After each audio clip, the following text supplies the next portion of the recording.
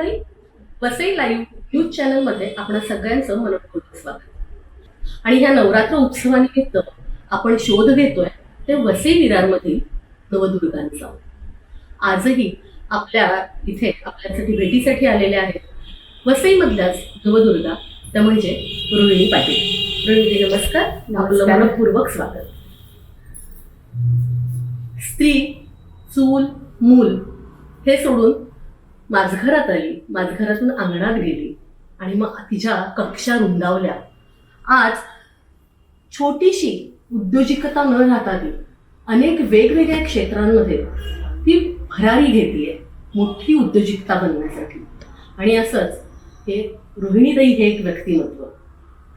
व्यवसाय प्रत्येकालाच करायचा असतो, कुठेतरी ते बीज रोवलं जातं आणि मग प्रत्येकीला वाटतं किंवा प्रत्येकालाच वाटतं की मला हा व्यवसाय करायचा आहे. पण त्या व्यवसायाची जुजबी माहिती जी असते ती आपल्याला माहीत असते, परंतु त्या व्यवसायाच्या बरोबर जे काही शासनाचे नियम आहेत, शासनाची नियमावली आहे, शासनाची कागदपत्र आहेत, हे आपल्याला कधी कधी कळतच नाही किंवा कळलं तरी आपण संभ्रमावस्थेत असतो. त्यावेळी आपल्याला मदत लागते कोणा एका रोहिणीताईंसारखी. आज आपल्याकडे रोहिणीताई आलेल्या आहेत आणि त्यांचा हा जो प्रवास आहे त्यांच्याच कडून ऐकूया, त्यांच्याच तोंडून ऐकूया, म्हणजे आपल्याला नक्कीच कळेल की त्यांच्या कार्याचा आढावा किती मोठा आहे. अनेक व्यवसायांचं रजिस्ट्रेशन करून देतात, म्हणजे नक्की काय करून देतात हे आम्हाला ऐकायला आवडेल. ऍक्च्युली म्हणजे कसे लोकांना ना फक्त बिझनेस करणं माहिती असतं, पण आता ऍक्च्युली सरकार म्हणजे जे गव्हर्नमेंट आहे तर त्यांनी एवढ्या साऱ्या स्कीम आणलेल्या असतात की ते लोकांपर्यंत पोहोचत नाही. तर बिझनेस करतो जेव्हा कधी त्यांना तो बिझनेस एक्सपांड करायचा असेल तेव्हा त्यांना कळतं की आपल्याला ह्या रजिस्ट्रेशन सर्टिफिकेशनची गरज असते. ऍक्च्युली हा बिझनेस मी सुरू केला म्हणजे लॉकडाऊनमध्ये, जेव्हा लोकांचे बिझनेसेस बंद झाले, पण त्यावेळी माझ्या बिझनेसनी म्हणजे उगम पावला त्यावेळी. तर किरण मॅडम ज्या आहेत तर त्या बोलल्या की तुझ्याकडे डिग्री आहे, डिप्लोमा तू केलेला आहे, तर आणि परत तुझ्याकडे एक्सपिरियन्स आहे, तर तू का नाही हा बिझनेस स्टार्ट करत. मग मी त्यावेळी विचार केला की खरंच महिलांना ज्या म्हणजे त्यांना व्यवस्थित कोण गाईड नाही करत, त्या घरातून छोटा बिझनेस सुरू करतात किंवा काही करत असतात, पण त्यांना माहिती नसतं की तो ग्रो करण्यासाठी किंवा त्याला एक्सपांड करण्यासाठी सुद्धा म्हणजे लोकांना काय वाटतं की फक्त भांडवल हेच फक्त बिझनेसला लागतं, पण नाही. त्याच्यासोबत जर तुम्ही व्यवस्थित प्रॉपर डॉक्युमेंटेशन जर केले तर तुमचा बिझनेस खालून वरती जायला वेळ लागत नाही. तर मग त्यावेळी मी ठरवलं की चला आपण बिझनेस स्टार्ट केला पाहिजे, की आपण महिलांना तरी निदान अवेअरनेस तरी केलं पाहिजे की याची का गरज आहे तुम्हाला. मग मी तसं याच्यामधून माझा बिझनेस सुरू केला. आणि त्यावेळी असं झालं की जे नमस्ते भारत एक्झिबिशन आहे की ते नेहमी सिंगापूरमध्ये दरवर्षी ऑक्टोबर-नोव्हेंबर पिरियडमध्ये लास्ट इयर 10 to 15 इयर पासून ते भरवतात. मग त्यावेळी त्यांनी सगळं लॉकडाऊन असल्यामुळे त्यावेळी त्यांनी काय केलं की तो बिझनेस ऑनलाईन आणला, की ऑनलाईन एक्झिबिशन. तर आपले इंडियामधले 350+ एक्झिबिटरने पार्टिसिपेट केलं होतं. आणि मग तो मला जो प्लॅटफॉर्म मिळाला, कारण त्यावेळी लोकांना कळलं म्हणजे मोठे मोठे बिझनेसमॅन असून सुद्धा त्यांच्याकडे सर्टिफिकेशन नव्हते, पण जेव्हा तुम्ही एक्सपोर्ट करता की त्यावेळी तुम्हाला इम्पोर्ट एक्सपोर्ट लायसन्स असणं किती गरजेचं आहे, त्यावेळी त्यांना समजलं की GST नंबर असणं किती गरजेचं आहे. मग त्यावेळी माझ्या या बिझनेसला सुरुवात खूप म्हणजे मला तो प्लॅटफॉर्म खूप चांगला मिळाला.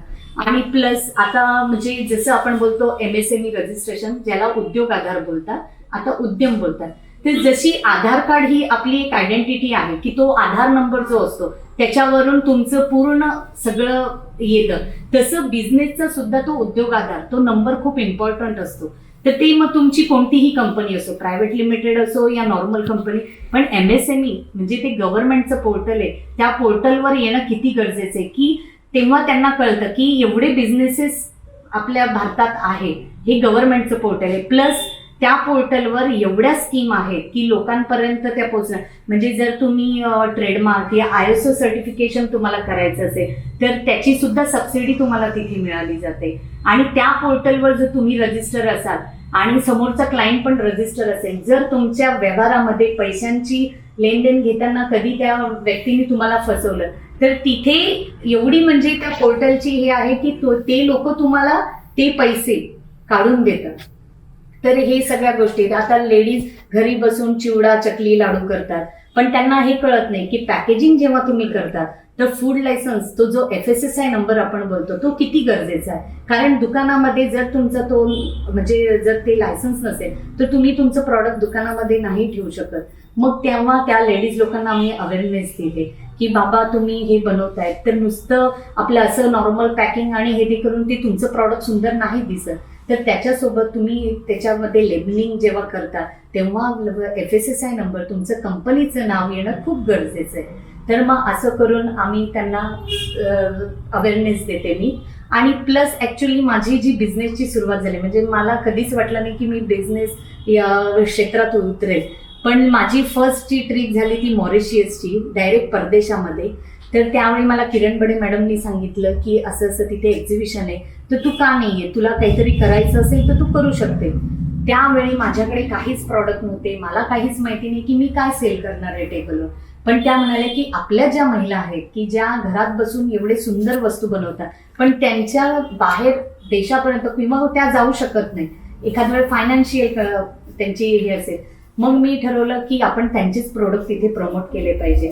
आणि मी तुम्हाला सांगते 2 दिवसाचं एक्झिबिशन होतं. त्या 2 दिवसामध्ये आम्हाला एवढा म्हणजे स्टॉल आम्ही लावत होतो त्याच वेळी आमचं सेलिंग सुरू झालं.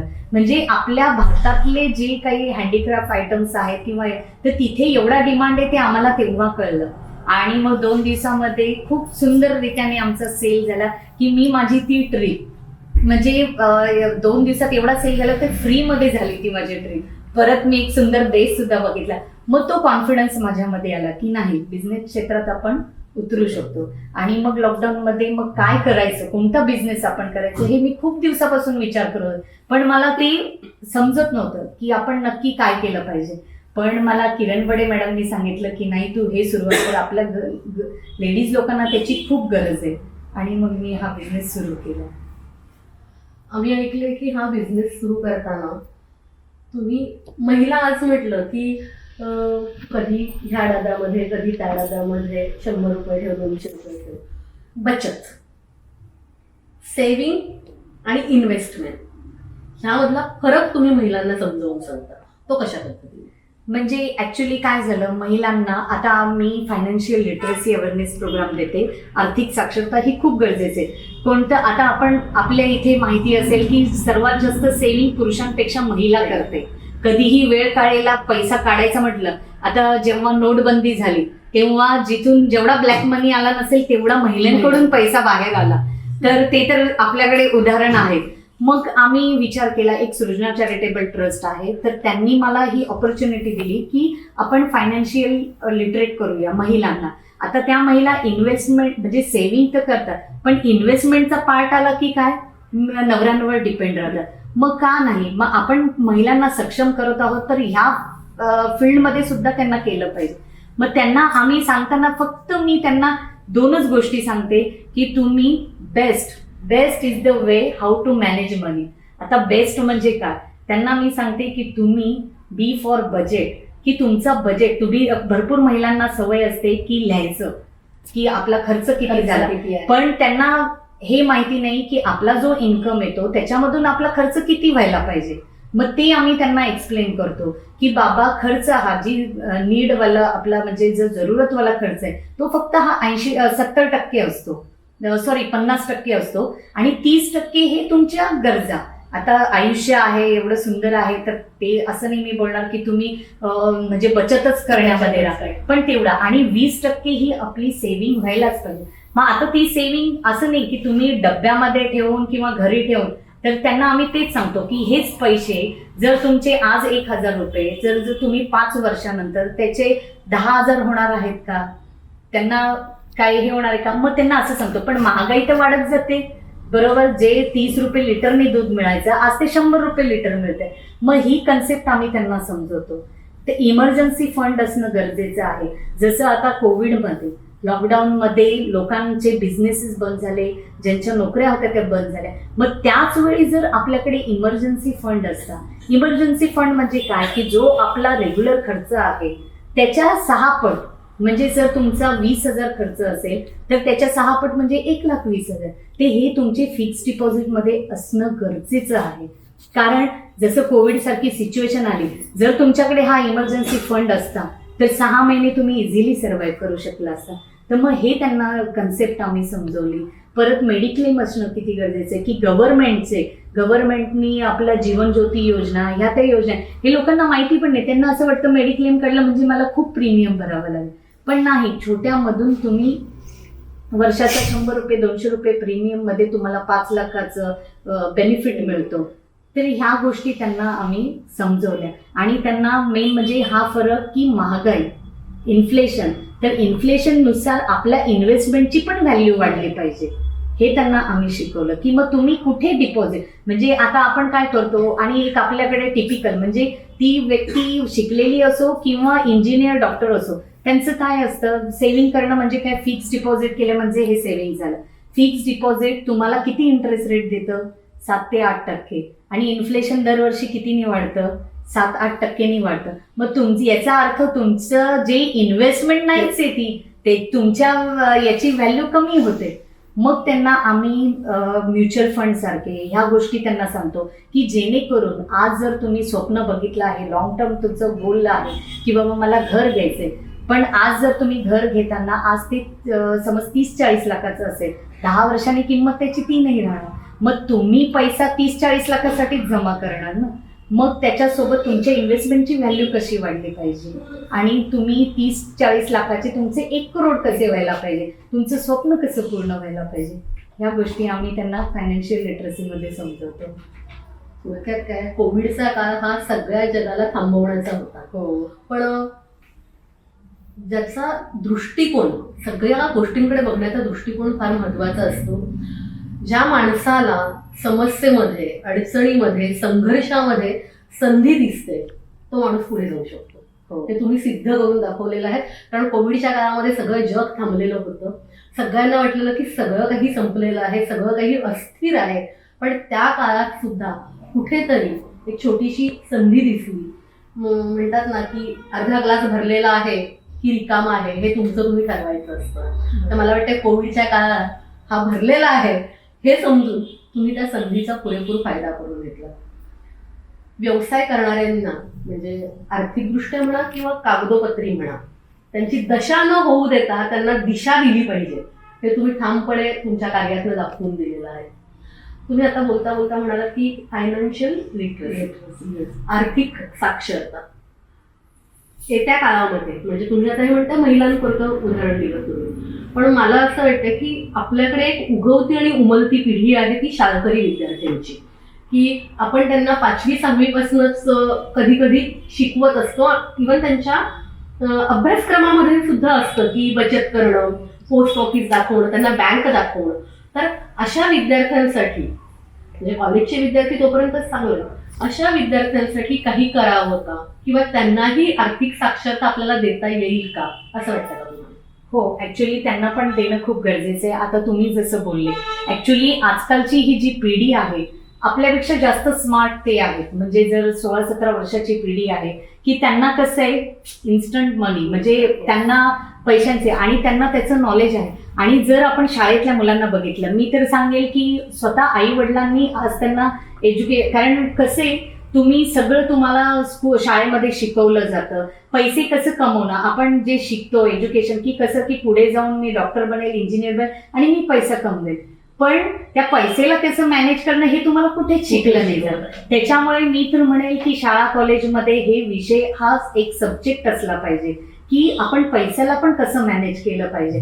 आता माझ्या मते तर नरेंद्र मोदीजींनी तर सुरुवात केलेली आहे की हा आर्थिक साक्षरतेचा विषय प्रत्येक शाळेमध्ये सुरू करणं गरजेचं आहे. आणि मी एक म्हणेल की आई वडिलांनीच मुलांना म्हणजे तुम्ही जेव्हा पॉकेट मनी देतात तर तुम्ही का नाही त्यांना पॉकेट मनी हातात देण्याऐवजी त्यांचं एक सेव्हिंग अकाउंट ओपन करून द्या आणि त्यांना स्वतः तुम्ही तुमच्यासोबत घेऊन त्यांना डिपॉझिट कसं करायचं, विथड्रॉ कसं करायचं, की त्यांना एक त्याची आयडिया येईल आणि तेव्हापासून त्यांना समजेल की आपण सेव्हिंग कसं केलं पाहिजे, इन्व्हेस्टमेंट कसं केलं पाहिजे, याचं नॉलेज भेटू शकतं. आर्थिक साक्षरता मला वाटते जीवन जगताना फार महत्वाची आहे. कारण शेवटी सगळे प्रश्न म्हणजे आपल्याकडे म्हटलं जातं की सगळ्याचं सोंग घेता येतं पण पैशाचं सोंग घेता येत नाही. आपण कितीही जरी म्हटलं की पैसा फार आपल्याकडे एक आहे पूर्वपर आपल्याकडे चालत आलेलं की पैसा फार वाईट असतो, आपापसामध्ये भांडणं होतात. पण हाच पैसा व्यवस्थितरित्या मॅनेज केला तर हाच पैसा तुमचं आयुष्य, तुमचं जीवन अतिशय सुंदर करू शकतो. आणि हेच आर्थिक साक्षरता ही तुम्ही लोकांना देता आहात. हे सगळं करत असताना तुम्ही नवरात्र सुरू आहे, अनेक महिला हा कार्यक्रम बघतायत, ह्या महिलांसाठी काय सांगाल? मी महिलांना तेच सांगेल की जर तुमचं सेव्हिंग अकाउंट नसेल तर पहिले तुम्ही तुमचं सेव्हिंग अकाउंट ओपन करा आणि तिथून तुम्ही सुरुवात करा. कारण कसं आहे, घरात पैसे ठेवून ते पैसे 1000चे 2000 नाही होणार. आणि मग एकदा त्यांना जो कॉन्फिडन्स आला की सेव्हिंग अकाउंट, मग का आपण इन्व्हेस्टमेंटसाठी, कारण प्रत्येक स्त्री जर तिला सांगितलं आपण की बाबा तू याच्यामध्ये नाही, मी माझ्या नवऱ्याला पहिले विचार, कशाला, आपण सक्षम होतोय तर आपण फायनान्शियली पण सक्षम व्हायला पाहिजे. तो डिसिजन घेण्याचा सुद्धा अधिकार आपल्यामध्ये आला पाहिजे की नाही, इन्व्हेस्टमेंट मी करणार आणि ती कशा पद्धतीने करायची. आणि ही स्त्री व्यवस्थित करू शकते, कारण ती जर सेव्हिंग करू शकते तर ती प्रॉपर इन्व्हेस्टमेंट, प्रॉपर पैसा कुठे आपण इन्व्हेस्ट केला पाहिजे हे तर तिला नक्कीच येईल. आणि लायन्स क्लब थ्रू, मी लायन्स क्लब ऑफ वसई भरारीची पण प्रेसिडेंट आहे, तर त्याच्या थ्रू आम्ही हे फायनान्शियल लिटरसी अवेअरनेस प्रोजेक्ट आम्ही घेतलेले आहेत की महिलांपर्यंत आपण ते पोचवले गेले पाहिजे. आणि ॲक्च्युली मला अजून एक माझं म्हणजे सांगायचं आहे की लायन्स क्लबबद्दल, की मी लहान होते, मी ज्या शाळेमध्ये शिकत होती, आमची शाळा एकदम छोटी, तर तिथे आपलं वॉटर प्युरिफायर लायन्स क्लबनी लावलं होतं. तर ते नाव ऐकून होतं आणि माझं एक पॅशन होतं की मला NGO म्हणजे असं काम सोशल करायची मला खूप आवड होती, पण मला माहिती नव्हतं की कसं. आणि मी ती आवड म्हणजे जे सोशल करण्याची आवड आहे ती मला पुढे मी जशी जशी मोठी होत चालली ती माझ्या डोक्यामध्ये होती. मग मी काय, सोशल म्हणजे काय, फक्त कोणाला थोडंसं आपलं खाऊ पिऊ घालणं हे ते करणं. पण जेव्हा मला लायन्स क्लबमध्ये मी एंट्री केली, मला इतका आनंद झाला की मी जे लहानपणापासून बघत होते की सोशलमध्ये यायचं, आणि आज मी लायन्स इंटरनॅशनल सारख्या एवढ्या मोठ्या NGO सोबत जोडली गेली आहे. आणि प्लस आज मी एक माझं स्वतःचं एक NGO आहे जी समृद्धी महिला सेवा संस्था आहे, त्याची आज मी ॲज अ ट्रस्टी आणि CFO आहे. तर म्हणजे माझं ते स्वप्न पूर्ण केलं. तर मी महिलांना तेच सांगेल की आपण जे स्वप्न बघतो तर ते आपण नेहमी असं म्हणजे पॅशनेट असलं पाहिजे आणि ते होणार. जर तुमची खरोखर जिद्द असेल ना तर ते स्वप्न तुमचं नक्की पूर्ण होऊ शकतं. रोहिणी, धन्यवाद. तुमची ही अशी अनेक स्वप्न पूर्ण व्हावीत ह्याच तुम्हाला सदिच्छा. धन्यवाद. Thank you so much.